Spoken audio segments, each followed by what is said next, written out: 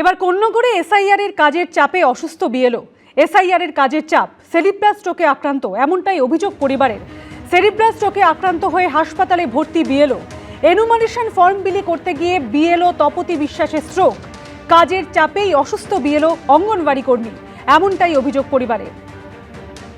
বারবার বলেছিলাম মনে হয় ওকে দিয়ে না, তার সত্ত্বেও জোর করে বলছে না দিলে চাকরি বলছে যে কাজের টাকা দিতে, কাজ না করলে অঙ্গনারী মাইনার পাবেন না, বন্ধ হয়ে যাবে।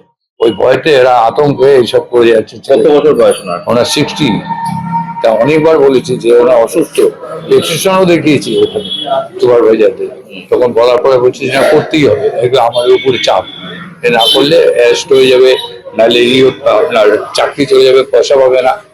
এইভাবে ভয় দেখিয়ে তখন বাধ্য হয়ে তখন করছে।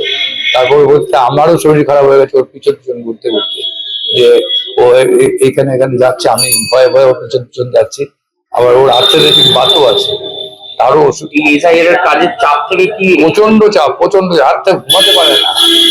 রাত্রে 11টা নেই, 12টা নেই, 2:30টা নেই, সবসময় ফোন করছে তাড়াতাড়ি আপনি পাঠান, মানে স্ক্যান করে পাঠান, স্ক্যান করে পাঠান।